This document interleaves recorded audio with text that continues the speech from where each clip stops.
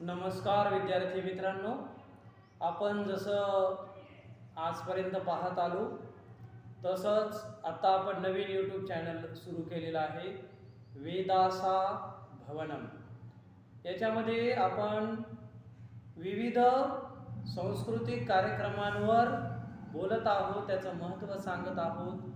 आपल्या मराठी संस्कृतीमधील आणखी एक उत्सव आता येत आहे, तो म्हणजे महाशिवरात्री.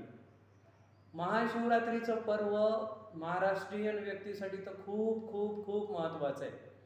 महाराष्ट्रात एकूण 5 ज्योतिर्लिंग आहेत.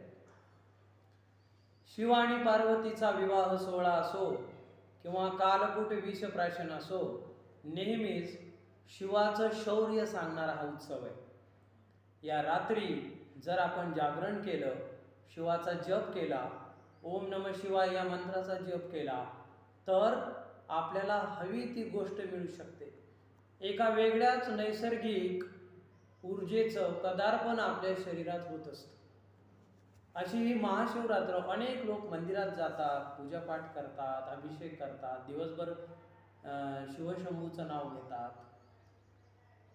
शिवरायांचा हर हर महादेवचा नारा म्हणजे एका महान सैनिकाच्या शौर्याची कथाच म्हणावी लागेल की. सर्वांना शिवरात्रीच्या महाशिवरात्रीच्या पर्वाच्या खूप साऱ्या शुभेच्छा. पण कुठलेही सण आपण डोळसपणे साजरे केले पाहिजे. शिवाला बिल्वपत्र अर्पण करताना आपण नेहमीच पर्यावरणाचाही विचार केला पाहिजे. या संदेशासहित सर्वांना महाशिवरात्रीच्या खूप खूप साऱ्या शुभेच्छा देतो आणि इथे थांबतो. चॅनल सबस्क्राईब करा, मित्रांना पाठवा, मैत्रिणींना पाठवा.